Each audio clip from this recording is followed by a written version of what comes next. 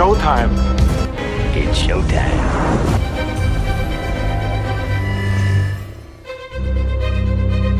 And here we go. Welcome into another episode of the Movie Geek Podcast. I'm your host, George T., and this is a look at Kathyrn Bigelow's new film that is on Netflix right now called House of Dynamite. Let me say, first off, Kathyrn Bigelow has done some amazing movies. She started out in 1981 with a movie called Loveless. That starred William Dafoe. She's also done Point Break. In '95, it was Strange Days, which was a critically acclaimed movie. And then most recently, in the years, she's directed and produced in 2002, K-19, The Widowmaker, about the Russian sub, starring Harrison Ford and Liam Neeson. And then 2008 with The Hurt Locker, starring Jeremy Renner. And then 2012's Zero Dark 30, starring Jessica Chastain. This was the one about finding bin Laden and ending bin Laden's life. It was Jessica Chastain. She's an amazing actress. Yeah, love for a chance to meet her. Anyway, Kathyrn Bigelow has done some amazing work, and House of Dynamite is just as good as those. She did not write the film. Noah Oppenheim did, but her direction and her just ability to capture people's attention and keep it on a very difficult idea for this film, where as we get into this, there's a lot of people that don't like these type of movies. There's also the fear factor in this movie, and also I've seen both sides. There's so many positive reviews, but then I've seen a lot of negative reviews, and a lot of it toward, again, the political, stuff, and the fact that the ending is not quite an ending. But we're going to get to all that. So, again, I think this movie does an amazing job. Ashley watched portions of this, and she was like, oh my god, you have to tell me what happens at the end.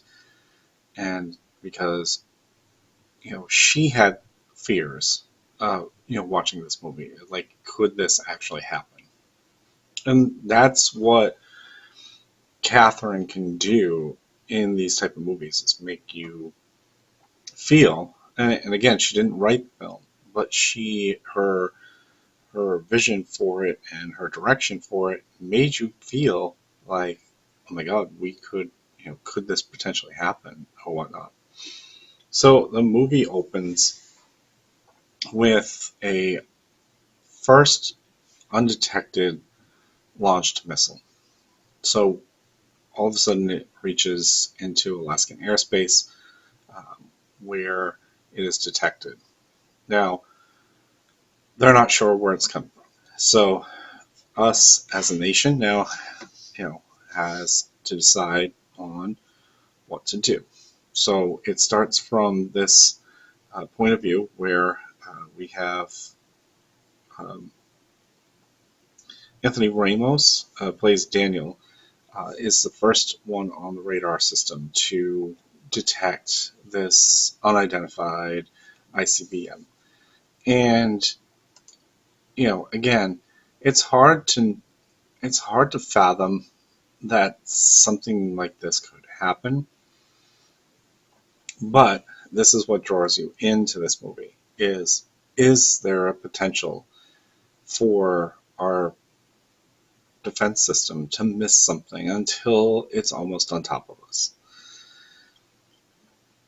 again, you would hate to think that it could happen, but obviously this now explores from multiple angles and multiple points of view as to how they reach these decisions and so on. Now, some of it is probably maybe a little bit far fetched in that, um, they're trying to follow protocols, but at the same time, they're trying to be human. Whereas, like, normally I would think that anything like this would be probably buttoned up a little bit tighter, but I don't know. I would hope that this would never happen, but I mean, this political climate and how the world is right now, you never know. So they start to track this, and it winds up going to, you know, obviously everyone. We start with the Situation Room. We get the Pentagon. We have obviously the president, but we focus on Rebecca Ferguson's character, Captain Olivia Walker. Now, she is, on her routine to get to work, uh, and all of a sudden this starts happening. So this angle for this portion of the movie, because it's going to be retold in uh, everyone else's perspective along the way. This portion of it is called Inclination is Flattering. So we get Olivia Walker in the White House Situation Room and everyone else. So they um, do a security call for everyone, all the majors, the Secretary of Defense, and the President of the United States, which is the only one that does not have a picture when we're doing. So we don't know who the president is. Um, at, at that point. But we can hear him, but we cannot see him. Everyone else is on the screen. So we see the, basically them, saying, okay, this is what needs to be done. What do we do with this? What should we do with that? And so on. So there's a lot of, hey, we need to do this. Hey, can we do this? What is protocol? What isn't protocol? How do we go about this? And where is it going? Because just a random missile is headed toward the US. So at first they kind of they don't really narrow down the playing field as to where it could wind up. So they take an educated guess as to where it is. So right there, you're kind of like, okay, we're guessing at this point at its trajectory and how fast it's moving. Eventually, they get to figure out that at its apex, the trajectory target should be Chicago. And how fast it's moving, it would be hitting Chicago in 20 minutes. So at that point, we're at DEFCON 2. Protocols start to go in place. People start leaving. They start gathering the essential, obviously, survivors, designated survivors, and they start pulling them out of the rooms that they're in. And it's like, okay, this is really serious at this point, but we're just going to leave the rest of these people to fend for themselves and think for themselves. Luckily, a little later on, it's explained that some of those designated survivors are down into the bunker underneath the White House so that they can be in communication with everyone on the top side. So, yeah, it's kind of crazy, and to think about this, and you've got Anthony Brody, who is the Stratcom commander. He's played by Tracy Watts. Saying that we need to we need a retaliatory strike. And everyone's like, well, who do we strike against? We don't know who is responsible because we didn't see a launch point. And then they throw out, the usual names: North Korea, the Russians, so on. The Deputy National Security Advisor, Jake Barrington, played by uh, Gabriel Basso, says we can't really do that. We need to start initializing, who could it be, and start calling these countries. We don't have a lot of time, and that's where the general's like, that's perfectly the reason why we don't have a lot of time is now we need to, deploy our missiles, which in retaliation we don't know who sent it, so why don't we just take out every target? Well, I mean, for a lot of reasons, that's not the not the thing you want to hear. I would assume there's probably more protocol than that. Um, but at that point, they're basically guessing. Secretary of Defense Reed Baker, played by Jared Harris, uh, is definitely against the general's um, take on this.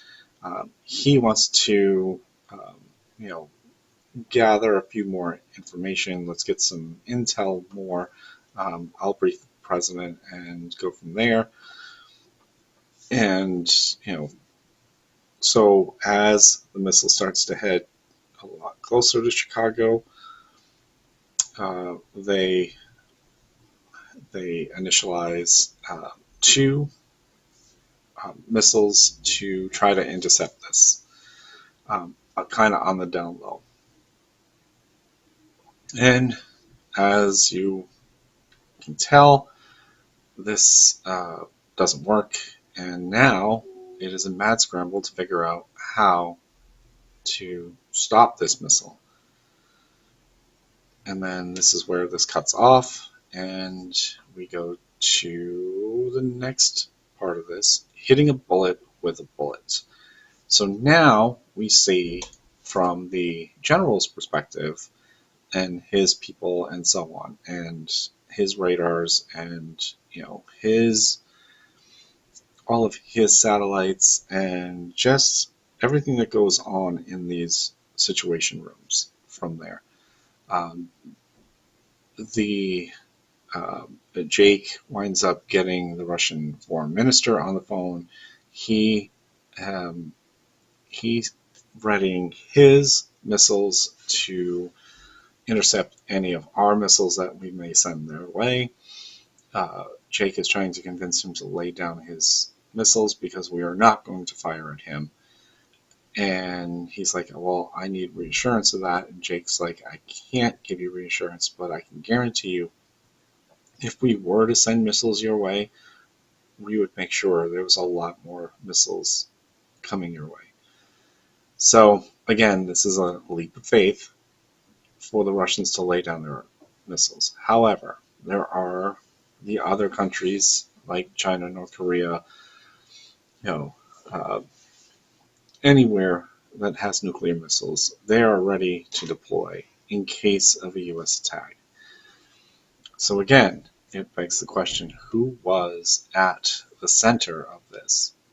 And will we fire our missiles and they fire their missiles and World War III or something worse?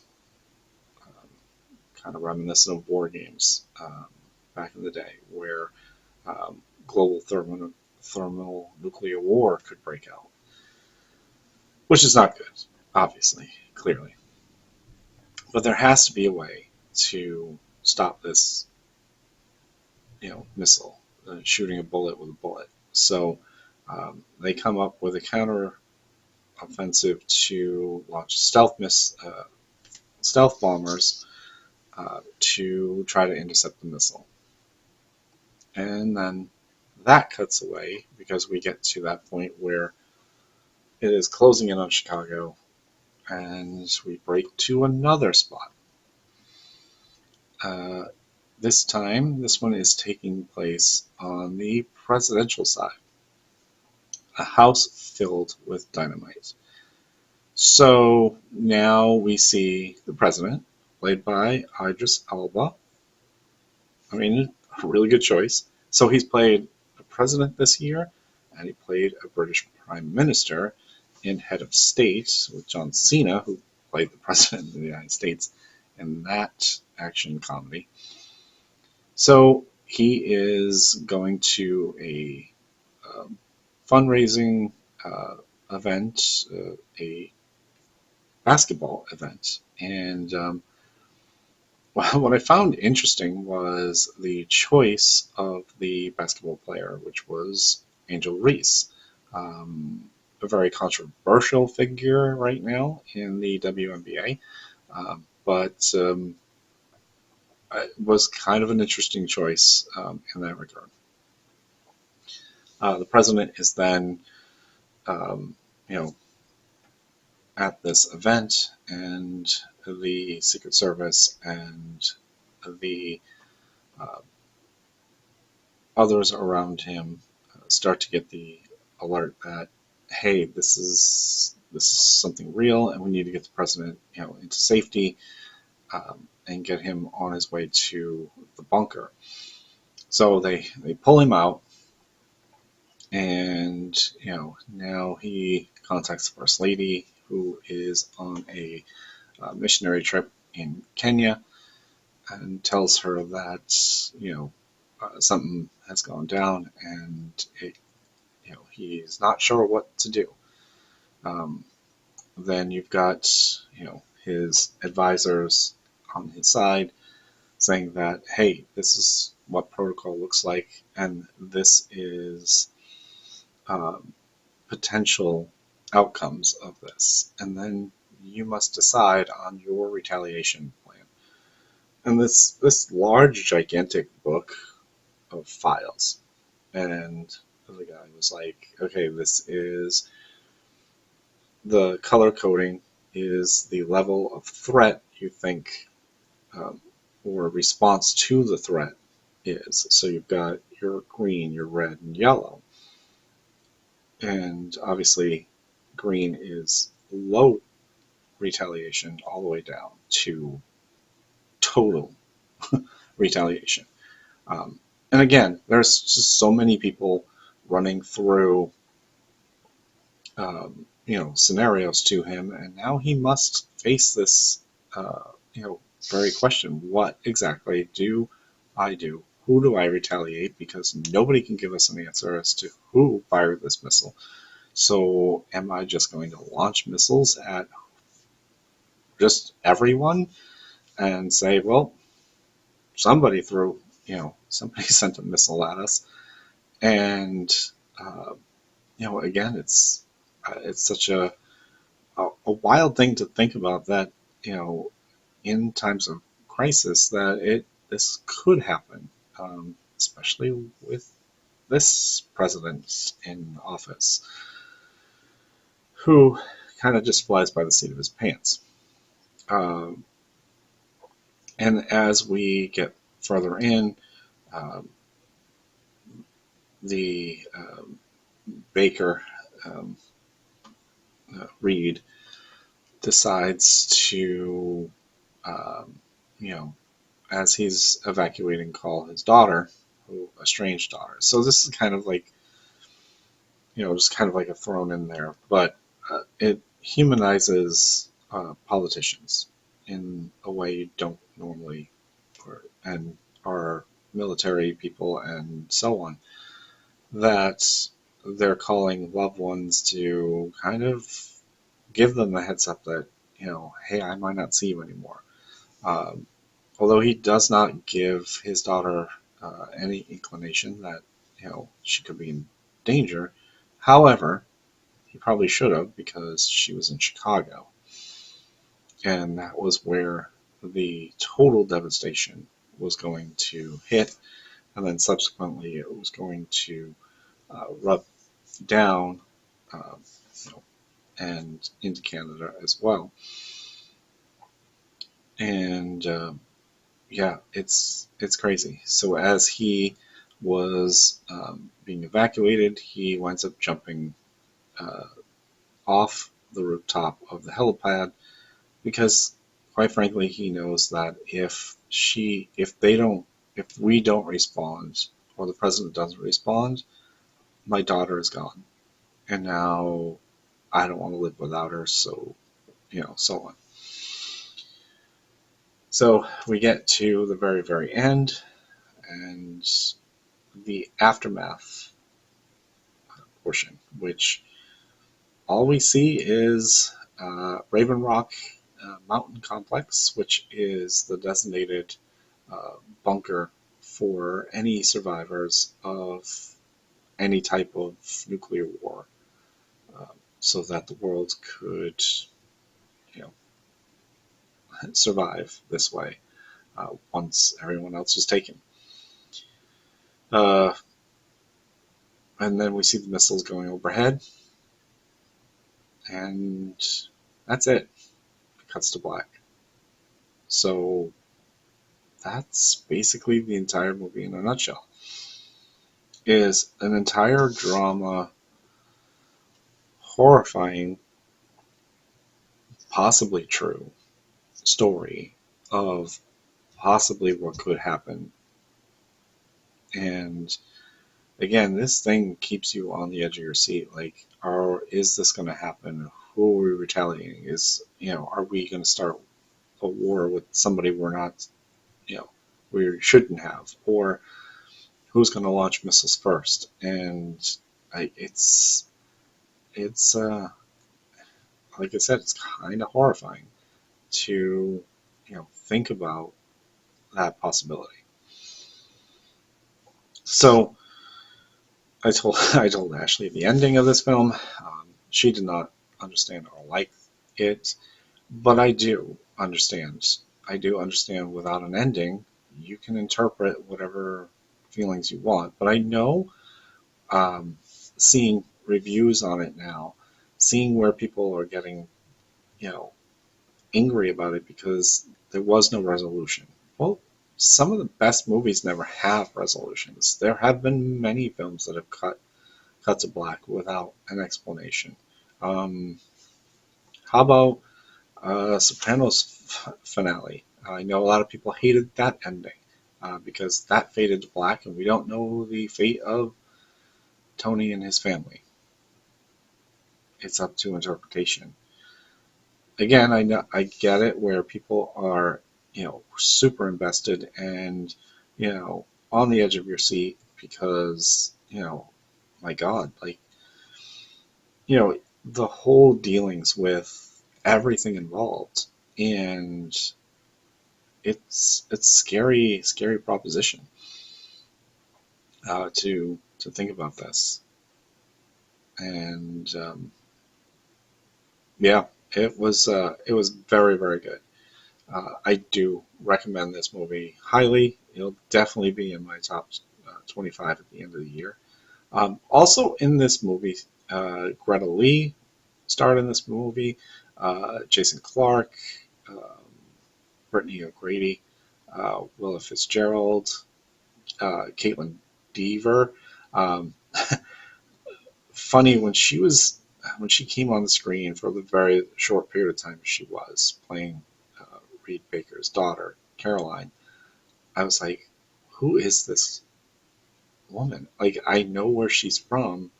Like, I can see her because I've just saw something with her rather recently. She is now Abby on The Last of Us. So I was like, man, I know I saw her. It drove me nuts for the 5 minutes that she was on screen, but I was like, man. But so this has a great ensemble cast, and again, this is terrifying to think that uh, could this really happen? Like, could a missile have gone undetected until it got into United States airspace without, you know, without somebody saying, "Hey, we launched a missile, come get us," or um, you know, or a relatively better response. So I get it where some people in the comments were like, well, what, they shot 2 missiles at it and they were supposed to bring it down? Well, these missiles were designated to bring it down. Or any, it was kind of like countermeasures, like in a sub or whatever, when, there's a missile launch underneath and drop some canisters and they go that way. I mean, we've all seen those movies.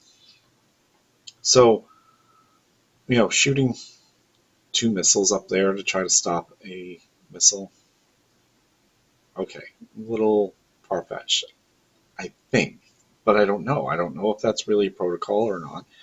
I would have thought you would have scrambled bombers quicker, or at least planes. I mean, I know of situations like 9/11 when we scrambled jet fighters to help, any airplanes that were in the air to go down, and any that seemed like a threat were going to get shot down. So we couldn't have sent out, bombers or fighter jets to find this thing. And at some points I was thinking to myself, could this be like a war game situation where it was a complete simulation and, they're running through these scenarios? I don't know, because we don't know. We don't have an ending. But it is gripping, it's powerful, and it is worth a look. Unless you don't like these films, with doomsday scenarios, or however you feel about military type films or whatever. But I honestly think this movie definitely deserves your time, and I know it has been nominated at a few film festivals. So definitely take a look at Netflix's A House of Dynamite. I've got more Netflix originals and Prime Video originals that I will do reviews for, but I wanted to shoot this one out because I definitely feel like this is worthy of its own video, because I was going to combine it with another Netflix original, but I think this one itself kind of deserves it. And Kathyrn Bigelow, again, has done some amazing work, and she should be celebrated for the director that she is. And I'm now seeing, what Netflix is doing now is they're sending the movies out into the theater to see how they perform, and then once it gets to streaming, boom, it's it's a #1 hit. Or with like Frankenstein, it did. Frankenstein's coming up this weekend. I will definitely have a review for that one standalone, because Guillermo del Toro, another brilliant director, did this, and it looks amazing. All right, that being said, y'all, thank you for watching, and I will see you all at the... You like that, baby? Let him know where I came from, yeah! See you next time. Bye. Waiting for you. Goodbye. Goodbye. Goodbye. Hasta la vista, baby. That's all, folks.